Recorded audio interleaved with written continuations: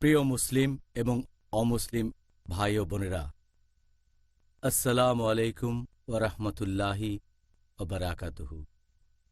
আমাদের স্রষ্টা আল্লাহ তাআলার দয়া, শান্তি ও রহমত আপনাদের সবার উপরে বর্ষিত হোক।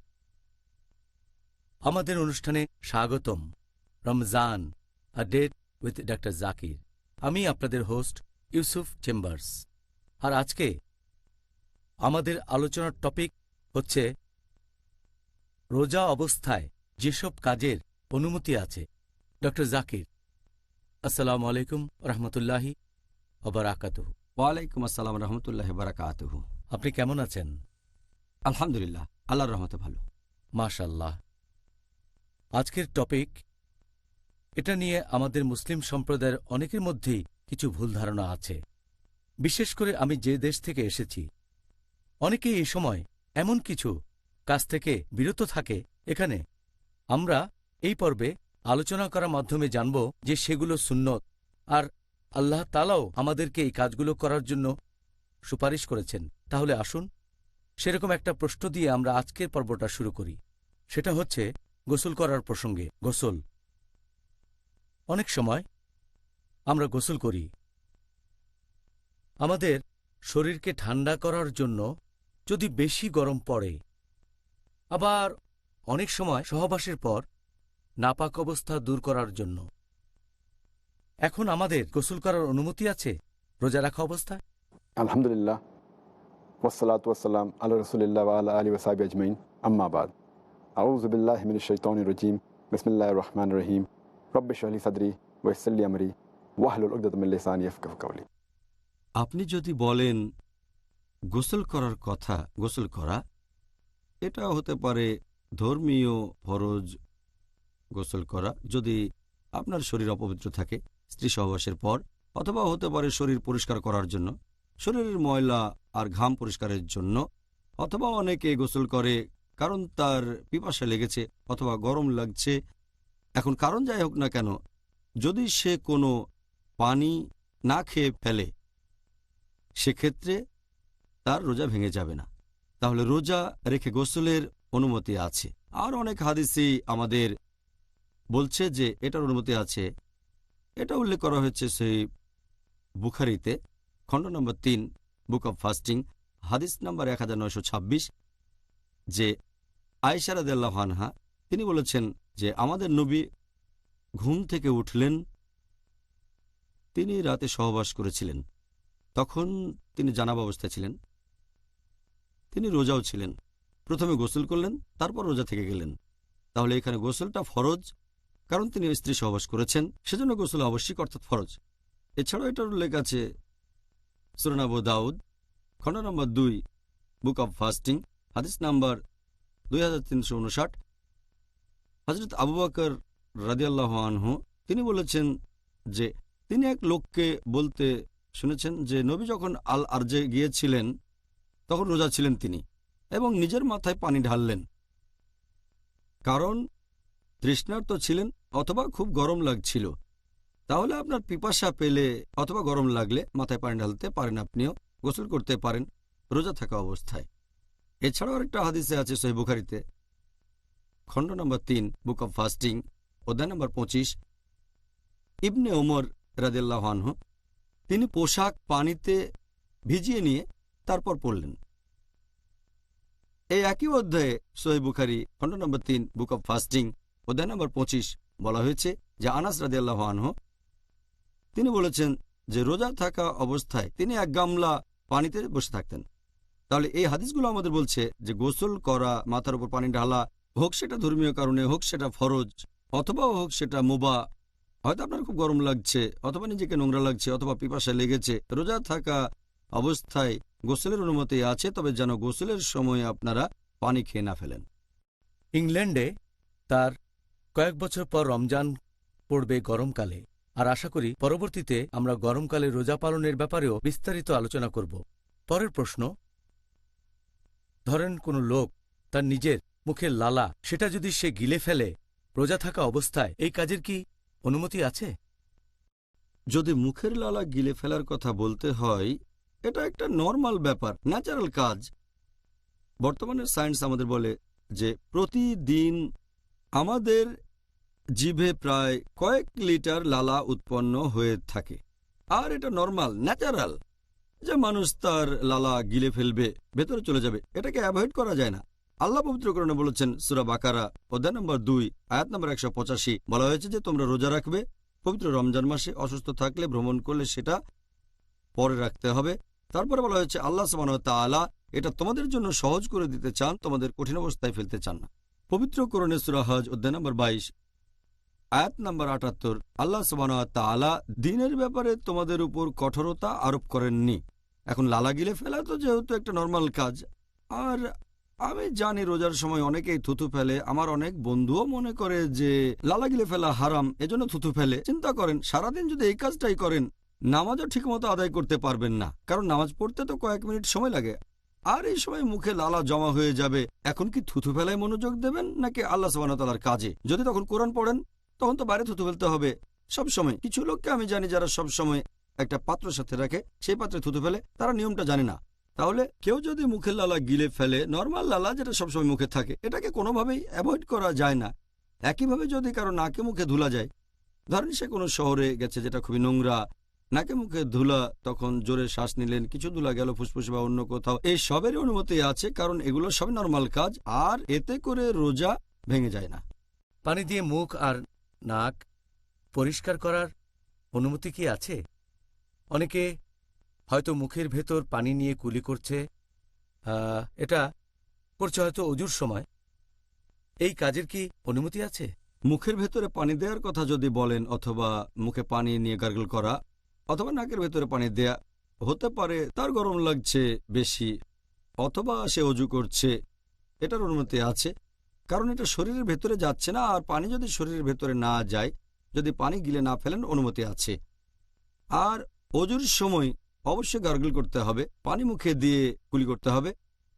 আর এই অজু করা হলো ফরজ নামাজ পড়ার আগে। রোজা অবস্থায় আপনি নামাজ পড়বেন, অজু করতে হবে, তাহলে এটা নিষিদ্ধ হবে কেন?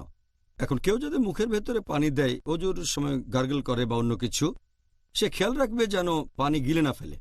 আর যখন সে নাকে পানি দেয়, কিছু লোক মনে করে যে এতে রোজা ভেঙে যায়, এটার ভিত্তি একটা হাদিস, আর এজন্যই তারা অজুর সময় নাকের মাথায় একটু পানি দেয়, ভেতরে পানি দেয় না। কারণ একটা হাদিস আমাদের নবী মুহাম্মদ সাল্লাল্লাহু আলাইহি ওয়াসাল্লামের, আমাদের নবী বলেছেন, এই হাদিসটা উল্লেখ আছে সুনান আবু দাউদ খণ্ড নম্বর 2 বুক অব ফাস্টিং হাদিস নম্বর 2360। আমাদের নবী বলেছেন, তোমরা অজুর সময় নাকে প্রচুর পানি দেবে, শুধু রোজার সময় বাদে। তার মানে নবী বলেছেন অজুর সময় নাকে বেশি করে পানি দিতে হবে, শুধুমাত্র রোজার সময় বাদে। তার মানে যদি নাক দিয়ে পানি গলা থেকে পেটে চলে যায়, তাহলে রোজাটা তখন ভেঙে যাবে। তার মানে এই না যে নাকের ভেতরে পানি দেয়া নিষিদ্ধ। এমনিতে যদি পানি দেন, সাধারণত গলার ভেতরে যায় না, যদি বেশি করে পানি দেন তাহলেও ভেতরে যাবে না, তবে যেতে পারে। তাই সাবধান করে দেওয়া হয়েছে যে রোজা থাকা অবস্থায় নাকে বেশি পানি দিও না, অন্য সময় বেশি দেওয়া যাবে। এই হাদিস প্রমাণ করে নাকের ভেতরে পানি দেওয়ার অনুমতি আছে, তবে সাবধান থাকবেন, নাক দিয়ে যেন বেশি পানি নেবেন না, তাহলে গলায় পানি চলে যেতে পারে, গলা থেকে পেটে চলে যেতে পারে অজুর সময় মুখ দিয়ে বা নাক দিয়ে। এমন হলে রোজাটা ভেঙে যাবে। তবে অনিচ্ছাকৃতভাবে অজু করার সময় বা গার্গল করার সময় যদি ভেতরে পানি চলে যায়, ইনশাল্লাহ আল্লাহ আপনাকে ক্ষমা করবেন, কারণ এটা অনিচ্ছাকৃতভাবে। আচ্ছা, তাহলে এখানে নিয়তটা হলো গুরুত্বপূর্ণ। হ্যাঁ, আমাদের স্রষ্টা আল্লাহ সুবহানাহু ওয়া তাআলার সন্তুষ্টি অর্জন করা। এখন আমি এটা জানি যে আমাদের গত পর্বে আমরা এই প্রশ্নগুলো নিয়ে আলোচনা করেছিলাম, তবে আজকের টপিক নিয়ে বিস্তারিত বলতে গেলে এই প্রশ্নগুলোর উত্তর জানা প্রয়োজন। প্রথম প্রশ্ন, যদি কোনো লোক রোজা অবস্থায় অনিচ্ছাকৃতভাবে কিছু খেয়ে ফেলে অথবা পান করে, তাহলে কি রোজা ভেঙে যাবে? অনিচ্ছাকৃতভাবে কেউ যদি কিছু খেয়ে ফেলে বা পান করে, হয়তো সে ভুলে গিয়েছিল, এতে রোজা ভাঙবে না। আর এরকম ঘটনা সাধারণত রমজানের প্রথম দিকে বেশি হয়ে থাকে। মানুষ দৈনন্দিন কাজে অভ্যস্ত থাকে, হঠাৎ করে রমজান আসলো, অনিচ্ছাকৃতভাবে সে রান্নাঘরে গিয়ে পানির বোতলটা নিয়ে পানি খেয়ে ফেলতে পারে। কেউ হয়তো সকালে জগিং করার পরে এসে পানি খায়, এমন হতে পারে। এখন নবী সাল্লাল্লাহু আলাইহি ওয়াসাল্লামের একটা হাদিস অনুযায়ী, এটার উল্লেখ আছে সহিহ বুখারীতে খণ্ড নাম্বার 3 বুক অব ফাস্টিং হাদিস নাম্বার 1933 আমাদের নবী মুহাম্মদ সাল্লাল্লাহু আলাইহি ওয়াসাল্লাম বলেছেন, কেউ যদি অনিচ্ছাকৃতভাবে পানাহার করে ফেলে তাহলে তাকে সেদিনে রোজা রাখতে হবে, তার রোজা ভাঙবে না। আর সে যা খেয়েছে বা পান করেছে সেটা আল্লাহ তাআলার তরফ থেকে। তাহলে অনিচ্ছাকৃতভাবে পান করলে রোজা ভেঙে যাবে না, ইচ্ছাকৃতভাবে পান করলে রোজা ভেঙে যাবে। পানি খাওয়ার সময় যদি বুঝতে পারেন, খাবার খাওয়ার সময় মনে পড়লে তখনই বন্ধ করতে হবে। যদি তারপরও খেতে থাকেন তাহলে ধরে নেওয়া হবে যে এটা ইচ্ছাকৃতভাবে আপনি করছেন। যখনই মনে পড়বে বন্ধ করতে হবে। ধরেন আপনার মুখে খাবার মনে পড়লো রোজা, তাহলে ফেলে দিতে হবে। তবে অনিচ্ছাকৃতভাবে কিছু খেলে আল্লাহ ক্ষমা করবেন। এরকম অবস্থা হলে কি হবে? যে মনে করেন একজন কিছু খেয়ে ফেললো, আর হয়তো 15-20 মিনিট পরে হঠাৎ সে বুঝতে পারল। সত্যি বলতে এরকম বেশ কয়েকবার আমার নিজের বেলাতেও হয়েছে। হঠাৎ বুঝতে পারলাম, সুবহানাল্লাহ, আমি তো খাবার খেয়েছি, আমি কি বোকা? এই অবস্থায় কি করব? এই হাদিস বলছে যে যা পানাহার করেছে সেটা আল্লাহর তরফ থেকে এসেছে, আল্লাহকে ধন্যবাদ দেবেন। তবে এই কাজটা অনিচ্ছাকৃতভাবে হতে হবে। হয়তো সে ভুলে গিয়েছিল। যদি ইচ্ছে করে করেন, আল্লাহ তো আপনার নিয়ত জানেন। আপনি সবাইকে বোকা বানাতে পারবেন, আল্লাহকে ছাড়া। মনে করেন একজন লোকের খুব বমি বমি ভাব আসছে, তারপর সে বমি করল রোজা রাখা অবস্থায়। এতে কি তার রোজা ভেঙে যাবে, নাকি এখানে সে বমি হয়ে যাওয়ার পরে এই রোজাটাই পালন করতে পারবে? বমি করার ব্যাপারটা ইচ্ছাকৃত হতে পারে, আবার অনিচ্ছাকৃতও হতে পারে। আমাদের নবী মুহাম্মদ সাল্লাল্লাহু আলাইহি ওয়াসাল্লাম বলেছেন, এটা একটা সহিহ হাদিস, তিরমিজিতে এটার উল্লেখ আছে, বুক অব ফাস্টিং, হাদিস নাম্বার 720। আমাদের প্রিয় নবী বলেছেন যে যদি কেউ অনিচ্ছাকৃতভাবে বমি করে সে তার রোজাটা পালন করবে, তার রোজা ভাঙবে না। কিন্তু কেউ যদি ইচ্ছাকৃতভাবে বমি করে, যদি কোনো লোক ইচ্ছে করে বমি করে, তাহলে তার রোজা ভেঙে যাবে। এই রোজা তাকে পরে অন্য সময় রাখতে হবে। এই হাদিস আবারও বলছে সুনান আবু দাউদ, খণ্ড নম্বর 2, বুক অব ফাস্টিং, হাদিস নম্বর 2374। আমাদের নবী মুহাম্মদ সাল্লাল্লাহু আলাইহি ওয়াসাল্লাম বলেছেন, যদি কেউ বমি করে হঠাৎ করে, মানে অনিচ্ছাকৃতভাবে, তাকে পরে এই রোজা রাখতে হবে না। কিন্তু যদি কেউ বমি করে ইচ্ছাকৃতভাবে, ইচ্ছে করে, তাহলে পরে রোজা রাখতে হবে। যদি সে ইচ্ছে করে কাজটা করে, যেমন ধরেন গলার ভেতরে আঙুল ঢুকিয়ে, অথবা পেটে চাপ দিয়ে, অথবা ইচ্ছে করে কোনো দুর্গন্ধের ঘ্রাণ নিল, অথবা এমন কিছু দেখলো যাতে বমি আসে, আর এগুলো করতেই থাকে, তাহলে ধরে নেওয়া হবে সে ইচ্ছাকৃতভাবে এটা করছে এবং রোজাটা ভেঙে যাবে, আর এটা পরে রাখতে হবে। কিন্তু অনিচ্ছাকৃতভাবে বমি হলে কোনো সমস্যা নেই। তবে যখন বমি হবে খেয়াল রাখবেন যেন সেটা আবার গিলে না ফেলেন। যদি বমি মুখে চলে আসার পরে সেটাকে আবার গিলে ফেলেন তাহলে রোজা ভেঙে যাবে। তাই যদি বমি হয় আপনাকে সেটা বাইরে বের করে ফেলে দিতে হবে, আর যদি অনিচ্ছাকৃত হয় তাহলে রোজা ভাঙবে না। আপনাকে অনেক ধন্যবাদ, একেবারে বিস্তারিত জানিয়েছেন ডক্টর জাকির। এবারের প্রশ্নটা, তার পরে যে প্রশ্নগুলো করব সেগুলো শুনলে অনেক লোকজন অবাক হয়ে যেতে পারে। প্রথমেই প্রশ্ন করছি স্বামী এবং স্ত্রীর প্রসঙ্গ নিয়ে। ধরেন তারা বসে আছে সোফায় অথবা অন্য কোনো জায়গায় একসাথে, তখন স্বামী তার স্ত্রীর গালে একটা চুমু দিল, ধরেন স্ত্রীর গালে অথবা ঠোঁটে। এরকম কাজ করলে কি রোজা ভেঙে যাবে, নাকি এটার অনুমতি আছে? রোজা অবস্থায় স্বামী যদি স্ত্রীকে চুমু দেয় অথবা জড়িয়ে ধরে, যদি চুমু দেয় স্ত্রীর গালে অথবা ঠোঁটে অথবা হাতে, অথবা যদি স্ত্রীকে সে জড়িয়ে ধরে, এই কাজগুলোর অনুমতি আছে ততক্ষণ পর্যন্ত যতক্ষণ এটা তাকে এমন কোনো কাজে উৎসাহিত করবে না যেটা হারাম রোজা থাকা অবস্থায়। আর এটা নবী সাল্লাল্লাহু আলাইহি সাল্লামের হাদিসেও স্পষ্টভাবে বলা হয়েছে। এটার উল্লেখ আছে সহিহ বুখারীতে, খণ্ড নম্বর 3, বুক অব ফাস্টিং, হাদিস নাম্বার 1927, যে আয়েশা রাদিয়াল্লাহু আনহা তিনি বলেছেন যে নবী রোজা অবস্থায় তার স্ত্রীদের চুমু দিতেন এবং জড়িয়ে ধরতেন। তবে তিনি ছিলেন আমাদের মধ্যে সবচেয়ে সংযমী মানুষ, তিনি নিজেকে কন্ট্রোল করতে পারতেন। একইভাবে এটা উল্লেখ আছে সুনান আবু দাউদ, খণ্ড নম্বর 2, হাদিস নাম্বার 2379, যে ওমর রাদিয়াল্লাহু আনহু একবার রোজা অবস্থায় তিনি স্ত্রীকে চুমু দিয়েছেন। তারপরেই তার অনুশোচনা হলো, নবীর কাছে গিয়ে তিনি বললেন যে, হে নবী, আমি আল্লাহ এবং আপনার বিরুদ্ধে গুনাহ করেছি। তখন নবী বললেন, তুমি কি করেছ? তিনি বললেন, রোজা অবস্থায় স্ত্রীকে চুমু দিয়েছি আমি। নবী বললেন, অজুর সময় যখন তুমি গার্গল করো, মুখে পানি দিয়ে কুলি করো, তাতে কি রোজা ভেঙে যায়? তখন ওমর রাদিয়াল্লাহু আনহু বললেন, না। তাহলে চিন্তা করো না। তার মানে আপনি স্ত্রীকে চুমু দিতে বা জড়িয়ে ধরতে পারেন। এছাড়াও আরেকটা হাদিস যেটার উল্লেখ আছে মাসনাদ আহমদ, খণ্ড নম্বর 2, হাদিস নম্বর 6739। একজন সাহাবা বর্ণনা দিয়েছেন, একজন যুবক নবীর কাছে এসে জিজ্ঞেস করল যে, হে নবী, আমি রোজা থাকা অবস্থায় কি আমার স্ত্রীকে চুমু দিতে পারবো? নবী উত্তরে বললেন, না। কিছুক্ষণ পরে নবীর কাছে একজন বৃদ্ধ লোক আসলো আর জিজ্ঞেস করল, আমি কি রোজা থাকা অবস্থায় স্ত্রীকে চুমু দিতে পারবো? নবী বললেন, হ্যাঁ। তখন সাহাবীগণ ভাবতে লাগলেন যে উত্তর দুটো আলাদা হয়ে গেল কেন। নবী তাদের বললেন যে এই লোক নিজেকে সামলাতে পারবে। এখানে নিয়মটা হচ্ছে, যদি কেউ জানে যে স্ত্রীকে চুমু দেওয়া বা জড়িয়ে ধরার পর সে নিজেকে কন্ট্রোল করতে পারবে, এতে সে এমন কোনো কাজে উৎসাহিত হবে না যাতে রোজা ভেঙে যায়। যেমন ধরেন, সে তখন সহবাসে লিপ্ত হতে পারে অথবা বীর্যস্খলন হতে পারে। যদি নিজেকে কন্ট্রোল করতে পারে, চুমু বা জড়িয়ে ধরার অনুমতি আছে। যদি নিজেকে কন্ট্রোল করতে না পারেন, যদি ভয় পান যে এমন কাজ করে ফেলবেন যাতে রোজাটা ভেঙে যায়, যেমন সহবাস বা বীর্যস্খলন, তখন আপনার জন্য নিষিদ্ধ। এটা করার অনুমতি আছে, তবে পাশাপাশি ইসলামিক হেলথ ওয়ার্নিংও ঠিক দেওয়া হয়েছে। বলেছেন। আচ্ছা, এবারের প্রশ্ন আগের প্রশ্নটার সাথে এটার কোনো সম্পর্ক নেই। একজন পুরুষ মানুষ কি তার স্ত্রীর সাথে রমজান মাসে সহবাস করতে পারবে সন্ধ্যার পরে, মানে রোজা রাখা শেষ হওয়ার পরে?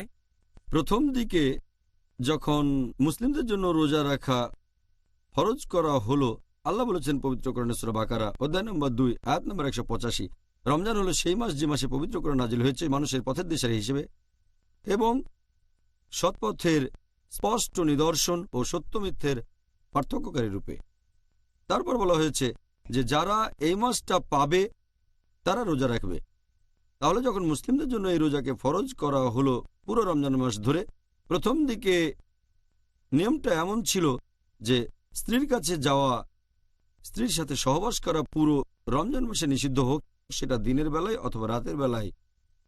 আর আল কুরতুবীর তাফসিরে এটা উল্লেখ আছে, খণ্ড নম্বর 2 পৃষ্ঠা নম্বর 210, যে উমর রাদিয়াল্লাহু আনহু একবার নবীর সাথে রাতে অনেক সময় ছিলেন, তারপর নবীকে ছেড়ে নিজের বাসায় চলে আসলেন। যখন বাসায় আসলেন তখন তার স্ত্রীর সাথে সহবাসের ইচ্ছে হলো। তিনি সহবাস করলেন। সকালে ঘুম থেকে উঠে খুব লজ্জা পেলেন এবং নবীর কাছে গিয়ে বললেন, আমি আল্লাহ এবং আপনার সাথে অন্যায় করেছি। নবী তখন বললেন, কেন? কারণ আমি স্ত্রীর সাথে সহবাস করেছি। আমার ইচ্ছা হয়েছিল, তখন স্ত্রীর কাছে গিয়েছিলাম, তার সাথে বিছানায় গিয়েছি, তার সাথে সহবাস করেছি। নবী বললেন, তুমি কি সত্যি এটা করেছো? ওমর রাদিয়াল্লাহু আনহু বললেন, হ্যাঁ। তিনি নবীকে বললেন, কোনোভাবে কি আমাকে ক্ষমা করা যায়? তখন নবী সাল্লাল্লাহু আলাইহি সাল্লাম বললেন, আল্লাহ ছাড়া কেউ তোমাকে ক্ষমা করতে পারে না, একমাত্র তিনি পথ দেখাতে পারেন। এর পরপরই সূরা বাকারার একটা আয়াত অধ্যায় নম্বর 2 আয়াত 187 নাজিল করা হলো। বলা হলো, সিয়ামের রাতে তোমাদের জন্য স্ত্রী সহবাস করা বৈধ করা হয়েছে, হুন্না লিবাসুল্লাকুম ওয়া আনতুম লিবাসুল্লাহুন্না, কারণ তারা তোমাদের পরিচ্ছদ, তোমরা তাদের পরিচ্ছদ। আয়াতটাতে আরো বলা হয়েছে যে আল্লাহ জানেন তোমরা এই সময়ে নিজেদের সাথে অবিচার করছিলে, আল্লাহ তোমাদের ক্ষমা করেছেন, এখন থেকে তোমরা স্ত্রীদের সাথে সহবাস করতে পারবে এবং আল্লাহ তোমাদের জন্য যা বিধিবদ্ধ করেছেন তা কামনা করো। তোমরা পানাহার করো ততক্ষণ যতক্ষণ রাতের কালো রেখা থেকে সকালের সাদা রেখা স্পষ্ট না হয়, তারপর সিয়াম পূর্ণ করো সূর্যাস্ত পর্যন্ত, রাত না হওয়া পর্যন্ত। তাহলে আয়াতটা যখন নাজিল হলো সূরা বাকারা অধ্যায় 2 আয়াত 187, সেই সময় থেকে রমজান মাসে রাতের বেলায় মুসলিমদের জন্য স্ত্রী সহবাস করা বৈধ হয়ে গেল। তাহলে এখনকার নিয়মটা হচ্ছে, আপনি স্ত্রীর সাথে সহবাস বা যৌন সম্ভোগ করতে পারবেন না দিনের বেলায়, যে সময় আকাশে ভোরের আলো ফোটে, তার মানে ফজরের ওয়াক্ত থেকে সূর্যাস্ত পর্যন্ত। তবে সূর্য ডোবার পরের সময় থেকে ভোর হওয়ার ঠিক আগে পর্যন্ত, ফজরের নামাজের আগে স্ত্রী সহবাস করতে পারবেন, এটা বৈধ, এতে কোনো সমস্যা নেই। খুব সুন্দর। এই ব্যাপারটা আপনি আগেও বলেছিলেন যখন আমরা রমজানের ইতিহাস নিয়ে আলোচনা করেছিলাম। হ্যাঁ, আর যাই হোক, আবার বলায় আমাদের জন্য ভালো হলো। ইসলাম ধর্মের বিভিন্ন দিকগুলো এরকম একে অন্যের সাথে সম্পর্কিত। আপনার জন্য এবারের প্রশ্ন, যে ধরেন একজন লোকের স্বপ্নদোষ হয়েছে দিনের বেলায় আর রোজা থাকা অবস্থায়, এতে করে কি তার রোজা ভেঙে যাবে নাকি এটার অনুমতি আছে? রোজা অবস্থায় দিনের বেলায় কারো স্বপ্নদোষ হলে নিয়মটা কি? যদি রোজা থাকা অবস্থায় কারো দিনের বেলায় স্বপ্নদোষ হয়, হয়তো ফজরের নামাজ পড়ে ঘুমিয়েছে, তারপরে স্বপ্নদোষ হলো, এটা হচ্ছে অনিচ্ছাকৃত। যদি কারো স্বপ্নদোষ হয় এবং বীর্যস্খলন হয়, যেটা অনিচ্ছাকৃত, এজন্য তাকে কোনো দোষ দেয়া যাবে না। তাহলে এই ক্ষেত্রে যেহেতু এটা অনিচ্ছাকৃত, অবশ্যই তার রোজা ভাঙবে না আর সে রোজা সম্পূর্ণ করবে। এ সময় তাকে যে পরামর্শটা দেয়া যায় সেটা হলো তাকে যত তাড়াতাড়ি সম্ভব গোসল করে নিতে হবে, যাতে করে সে পরে নামাজ পড়তে পারে। বাহ, খুব সুন্দর। আপনি একেবারে সহজ করে বললেন, আপনাকে ধন্যবাদ। পরের প্রশ্ন, এটা আগের প্রশ্নটার সাথে সম্পর্কিত। রোজা থাকার সময় সহবাসজনিত নাপাক অবস্থায় থাকার অনুমতি কি আছে? একজন মানুষ সহবাসজনিত নাপাক অবস্থায় থাকতে পারে কি না এটা ডিপেন্ড করে যদি এ সময়ে রোজা ভাঙার মতো কোনো কাজ সে না করে। যেমন ধরেন, এটা আছে আমাদের নবী সাল্লাল্লাহু আলাইহি ওয়াসাল্লামের একটা হাদিসে বলা হয়েছে, সহিহ মুসলিমে খণ্ড নম্বর 2 হাদিস নম্বর 2453। এখানে বলা হয়েছে যে উম্মে সালমা রাদিয়াল্লাহু আনহা, আমাদের নবীর স্ত্রী, তিনি বলেছেন যে আমাদের নবী যখন ঘুম থেকে উঠলেন তখন সহবাসজনিত নাপাক অবস্থায় ছিলেন, সহবাসজনিত নাপাক কিন্তু রোজা ছিলেন। তারপর তিনি গোসল করলেন এবং রোজাও রাখলেন।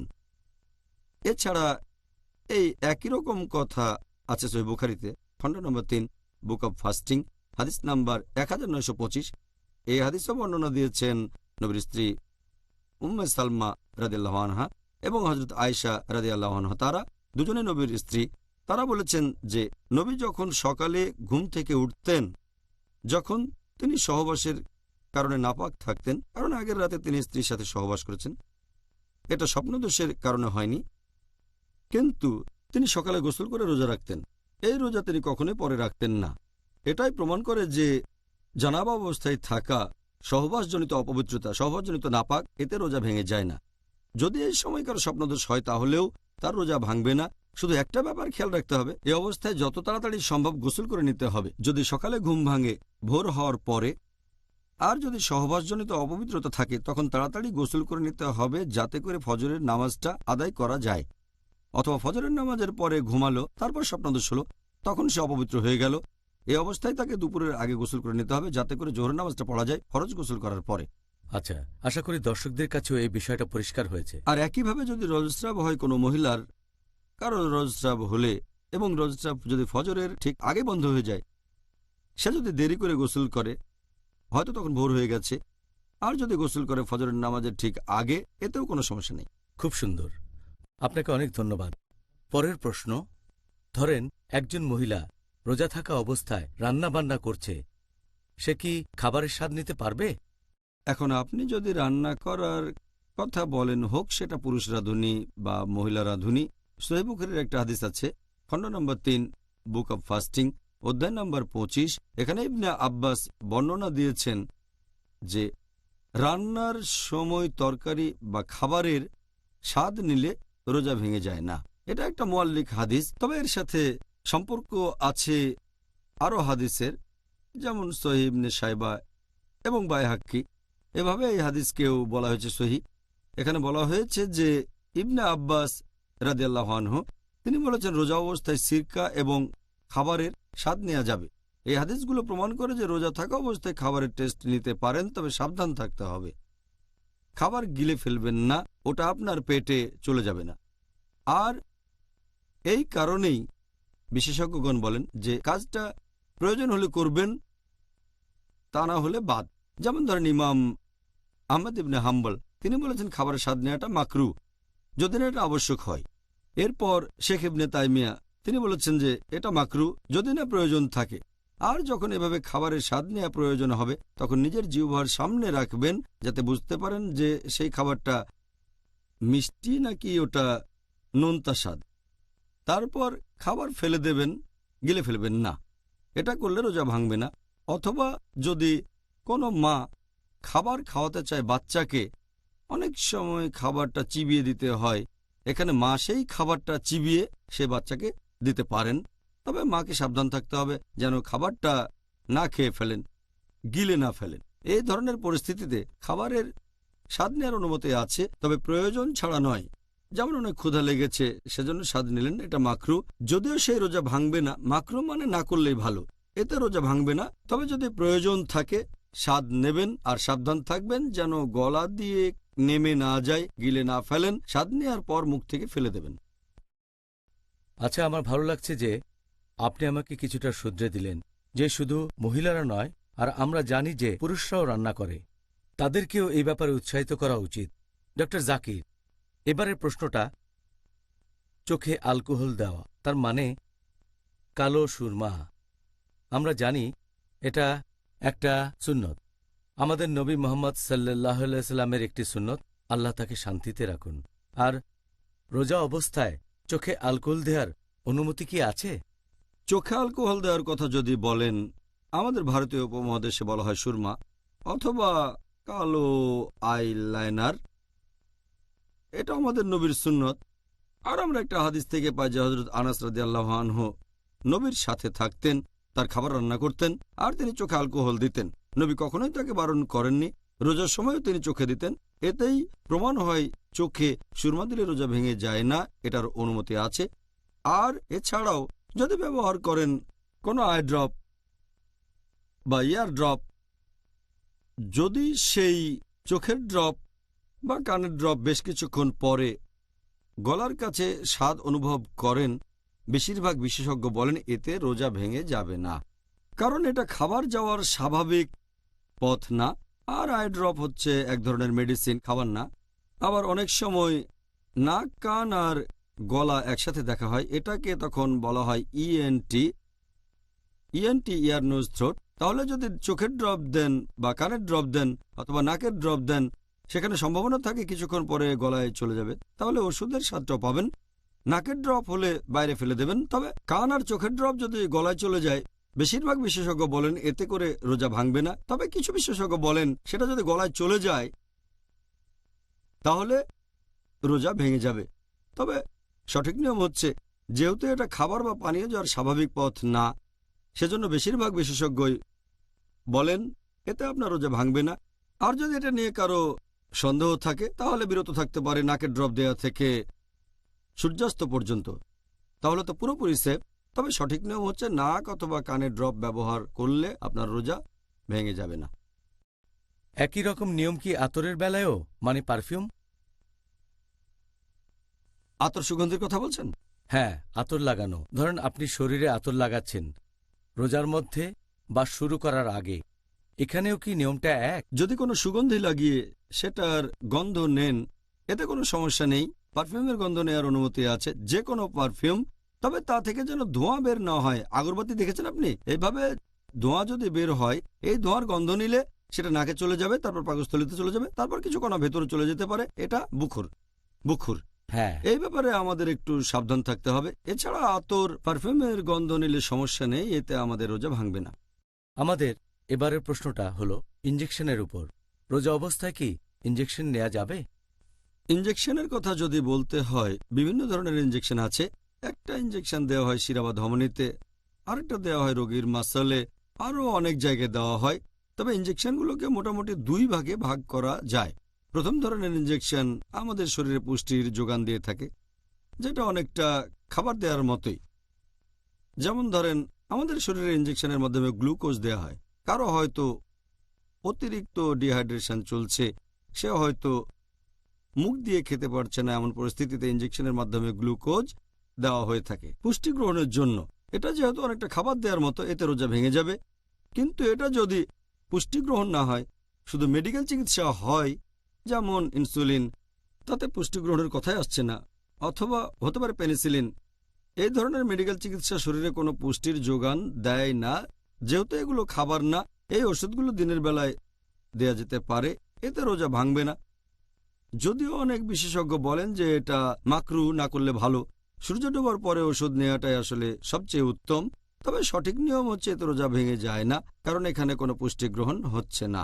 আচ্ছা, মেডিকেল চিকিৎসা নেয়ার ব্যাপারে ধরেন কেউ রোজা আছে, সে সময় নাকের ড্রপ, বিভিন্ন রকমের ট্যাবলেট যেটা রাখা হয় জিভের নিচে, অথবা হয় মেডিকেল তদন্ত যেখানে শরীরের ভেতরে বিভিন্ন ধরনের জিনিস প্রবেশ করানো হয়, রোজা থাকা অবস্থায় কি এগুলোর অনুমতি আছে? বর্তমানে অনেক পদ্ধতিতে চিকিৎসা করা হয়।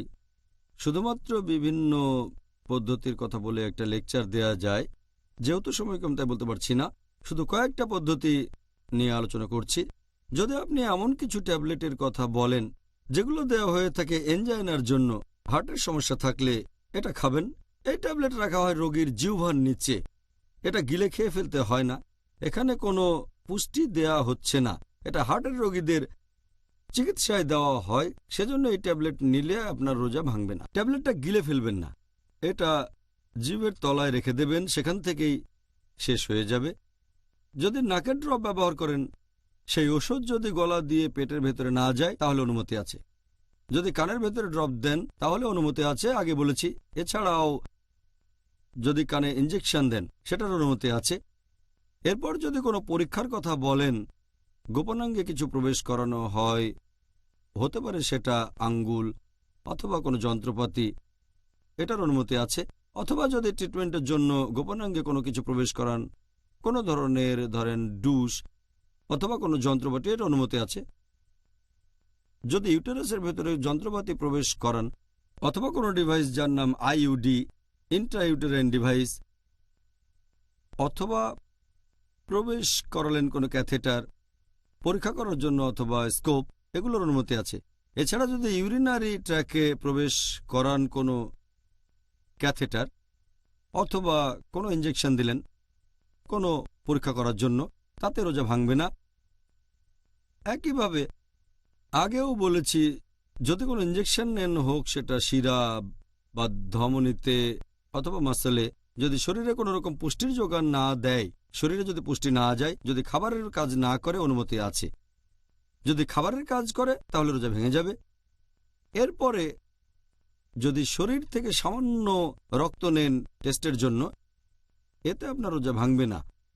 আর যদি কোনো রকম ক্রিম মাখেন, হয়তো সেটা কোনো লোশন অথবা অয়েন্টমেন্ট স্কিনে লাগালেন, সেটা স্কিনের সাথে মিশে গেল, এরকম হলেও আপনার রোজা ভাঙবে না, এটা করার অনুমতি আছে। এছাড়া যদি অন্য ট্রিটমেন্ট নেন, যেমন ধরেন উদাহরণ, আপনি ল্যাপ্রোস্কোপি করালেন, যেখানে একটা যন্ত্র প্রবেশ করানো হয় তলপেটে, একটা স্কোপ বসানো হয়, হোক পরীক্ষার জন্য বা ট্রিটমেন্টের জন্য বা সার্জারির জন্য, অনুমতি আছে। যদি করেন গ্যাস্ট্রোস্কোপি, পাকস্থলীতে প্রবেশ করানো হয় স্কোপ, যদি তার মধ্যে কোনো ফ্লুইড দেওয়া না হয় অথবা কোনো খাবার, অনুমতি আছে, পরীক্ষা করা যাবে। যদি কোনো যন্ত্র প্রবেশ করান স্পাইনাল কর্ডে, মেরুদণ্ড পরীক্ষা করার জন্য অথবা হয়তো ব্রেন পরীক্ষা করলেন, এগুলোর অনুমতি আছে। যদি করেন এনিমা, এটারও অনুমতি আছে। এভাবে আরও অনেক বলা যায়, তবে এই ক্ষেত্রে নিয়মটা শরীরের ভেতরে এমন কিছু যাবে না, মুখ দিয়ে অথবা নাক দিয়ে, যেটা পুষ্টি গ্রহণের মতো হয়। এটা বাদে যদি শরীরের অন্য অংশে যায় কোনো যন্ত্রপাতি, হোক সেটা গোপনাঙ্গে, হোক সেটা ইউটেরাস ইত্যাদি, এটার অনুমতি আছে। এতে করে রোজা ভেঙে যাবে না, কারণ শরীরে কোনো খাবার দেয়া হচ্ছে না, আর এটা শরীরে খাবার যাওয়ার স্বাভাবিক পথ না। এগুলোর অনুমতি আছে। এই কাজগুলোর যে অনুমতি আছে, এটা অনেক মানুষের দুশ্চিন্তা দূর করবে এই রমজান আর পরের রমজানের জন্য, ইনশাআল্লাহ। ইনশাআল্লাহ, ইনশাআল্লাহ। A date with doctor Zakir. আমি আপনাদের হোস্ট ইউসুফ চেম্বার্স। আর আজকে আলোচনার টপিক রোজা অবস্থায় যেসব কাজের অনুমতি আছে। ডক্টর জাকির, কারো মনে কোনো রকম সন্দেহ দেখা দিলে কি করতে হবে? ধরেন রোজা থাকা অবস্থায় তার মনে কিছু বিষয় নিয়ে সন্দেহ বা দ্বিধাদ্বন্দ্ব দেখা দিল, তখন সে কি করবে? সন্দেহ দেখা দিলে তখন এ ব্যাপারে নিয়মটা কি? যদি কারো মনে কোনো রকম সন্দেহ দেখা দেয় যে সে যেটা করছে সেই কাজের হয়তো অনুমতি নেই, অথবা যদি তার সন্দেহ থাকে যে এতে রোজা ভেঙে যাবে, সবচেয়ে ভালো হয় সে কাজ থেকে বিরত থাকা। যদি সন্দেহ থাকে, সবচেয়ে ভালো সেই কাজ থেকে সংযত থাকা। হতে পারে সেই কাজটা হয়তো নিষিদ্ধ। যদি সন্দেহ থাকে আর সেটা না করেন, কোনো গুনাহ হবে না, তাই সংযত থাকে সবচেয়ে ভালো। তবে এখানে শিরোনামটা হচ্ছে, আল্লাহ পবিত্রকরণে বলেছেন সূরা নাহাল অধ্যায় নম্বর 16 আয়াত নম্বর 43, এছাড়াও সূরা আম্বিয়া অধ্যায় নম্বর 21 আয়াত 7, ফাসআলু আহলা যিকরি ইন কুনতুম লা তা'লামুন। যদি তোমরা না জানো তাহলে জ্ঞানীদেরকে জিজ্ঞেস করো। যে লোক জানে তাকে জিজ্ঞেস করেন, কোনো বিশেষজ্ঞকে, তিনি আপনাকে বলবেন যে এটার অনুমতি আছে কিনা। এটাই সবচেয়ে ভালো। তবে কাউকে না পেলে যদি সন্দেহ থাকে তাহলে বিরত থাকাই সবচেয়ে ভালো। ভালো উপদেশ। এবার ধরেন একজন লোক এমন অবস্থা পড়ল যে তাকে একরকম বাধ্য করা হচ্ছে তার রোজাটা ভাঙার জন্য, অথবা কেউ হয়তো ভুল করে তার রোজাটা ভেঙে ফেলল। এটার কি অনুমতি আছে যে এরকম অবস্থায় পড়লে সে তার রোজা ভেঙে ফেলতে পারে? এরকম নিয়ম আছে কিনা যে কেউ তার রোজা ভাঙবে, অনুমতি আছে কিনা? কেউ যদি না জেনে বা ভুল করে রোজা ভেঙে ফেলে, আল্লাহ পবিত্রকরণে বলেছেন সূরা নাহাল অধ্যায় নম্বর 16 আয়াত নম্বর 106 যে কেউ ঈমান আনার পরে যদি সে আল্লাহকে অস্বীকার করে, যদি না তাকে বাধ্য করা হয়, তার মানে জোর করা হলে শিরকও করতে পারেন। যদি আপনার ভেতরে তখনও তাকওয়া থাকে, আল্লাহকে মেনে চলেন, তাহলে এর অনুমতি আছে। কেউ যদি আপনাকে বাধ্য করে কোনো কাজ করতে আর এতে আপনার রোজা ভেঙে যায়, তাহলে আপনি এতে দায়ী থাকবেন না।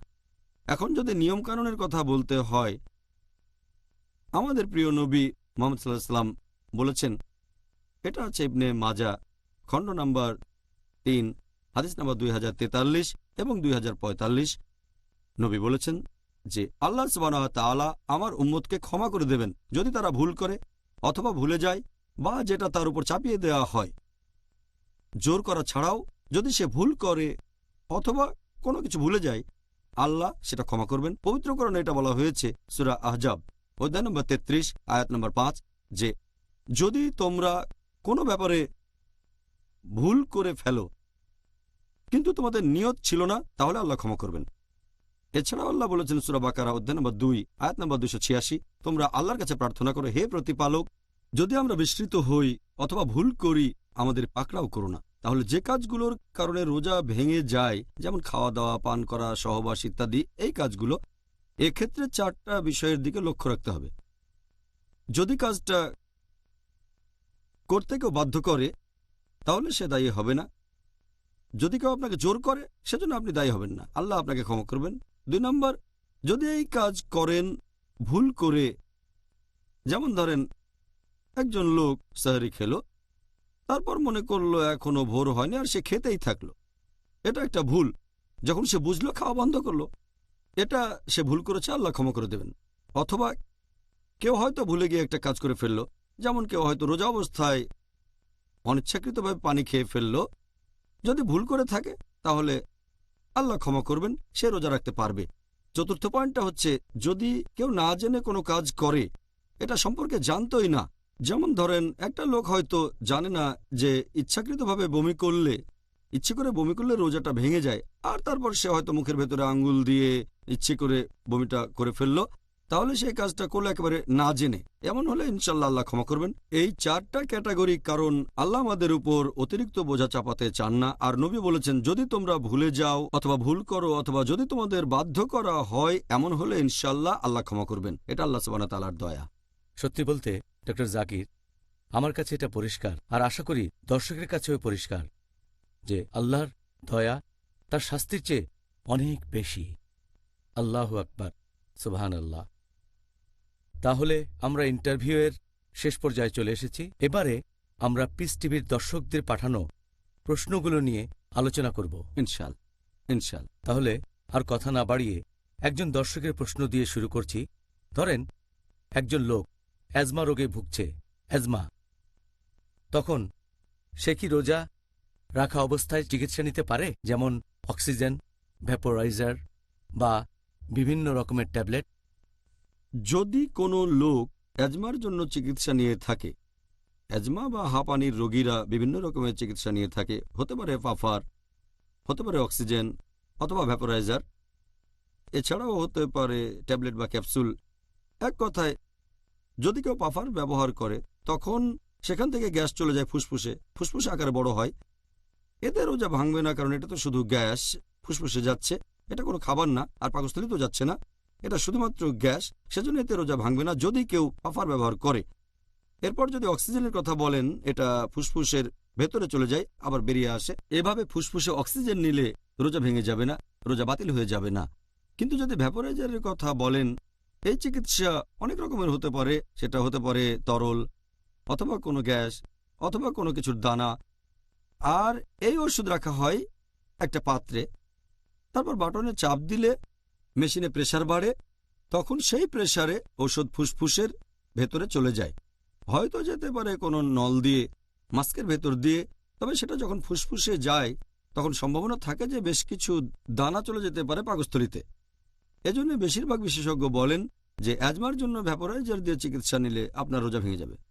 এরপর যদি ক্যাপসুলের কথা বলতে হয়, এই ক্যাপসুলের ভেতরে ওষুধ থাকে, এতে ওষুধ থাকে পাউডার, উপরে একটা কভার দেওয়া থাকে, ক্যাপসুলটা একটা পাত্রে রাখা হয়, তারপর প্রেসার দেওয়া হয়, তখন ওষুধটা বেরিয়ে আসে।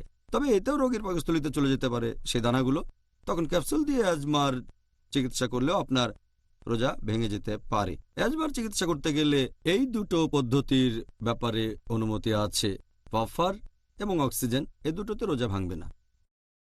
এবার আরেকজন দর্শকের প্রশ্ন, রোজা থাকা অবস্থায় কি টুথপেস্ট ব্যবহার করার অনুমতি আছে? টুথপেস্ট ব্যবহারের ব্যাপারে বেশিরভাগ বিশেষজ্ঞই বলেন যে টুথপেস্ট ব্যবহারের অনুমতি আছে। শেখ বিন বাজও বলেন, আল্লাহ তাকে রহমত করুন, তিনি বলেছেন পেস্ট আর ব্রাশ দিয়ে দাঁত পরিষ্কার করাটা অনেকটা মেসোয়াকের মতো। আর নবী মেসোয়াকের ব্যবহারে কখনো নিষেধ করেননি, কোনো সমস্যা নেই, এতে রোজা ভাঙবে না। তবে খেয়াল রাখবেন টুথপেস্ট যেন গিলে না ফেলেন।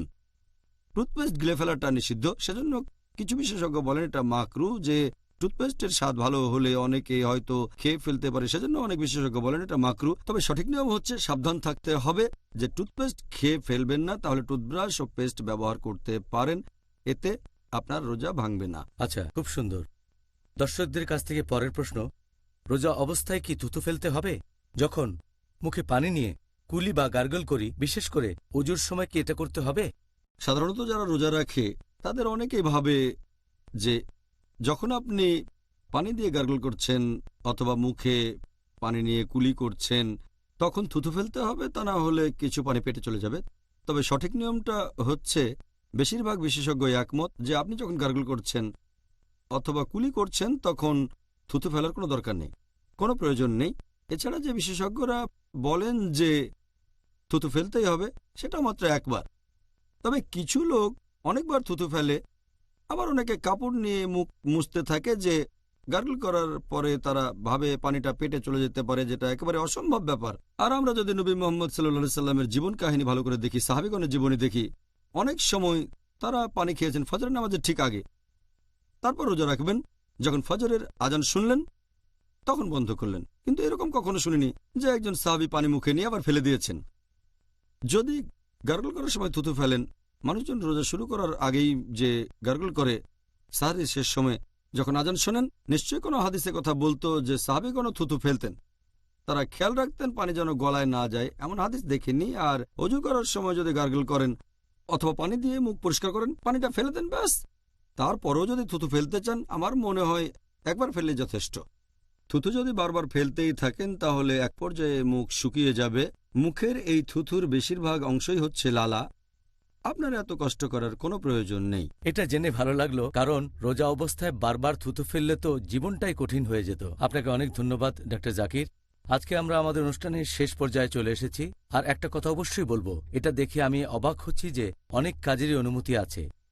কারণ আপনি দেখবেন যে আমাদের মুসলিম ভাই বোনদের মধ্যে একটা ধারণা আছে যে ইসলাম সবসময় বলছে না না না, আসলে ইসলাম বলছে হ্যাঁ হ্যাঁ হ্যাঁ। আলহামদুলিল্লাহ। তবে কিছু না আছে। সামান্য কয়েকটা না। তবে আলহামদুলিল্লাহ আমরা অনেক কিছু জানলাম আর যথেষ্ট উপভোগ করলাম, এটা বলতেই হবে। ভাই ও বোনেরা, আমি নিশ্চিত আপনারাও আমার সাথে একমত হবেন। আর আপনাদের অনুরোধ করছি আরও একবার যে আপনাদের বন্ধুদের বলবেন, তারা মুসলিম হতে পারে, অমুসলিমও হতে পারে, তাদের বলবেন আমাদের এই অনুষ্ঠানটা দেখতে। আবারও দেখা হবে আগামীকাল একই সময়ে। আর সেদিন আলোচনার টপিক, রোজার সময় যেসব কাজ সুপারিশ আর অনুৎসাহিত করা হয়েছে। আগামীকাল দেখা হবে। আসসালামু আলাইকুম ওয়া রাহমাতুল্লাহি ওয়া বারাকাতুহু।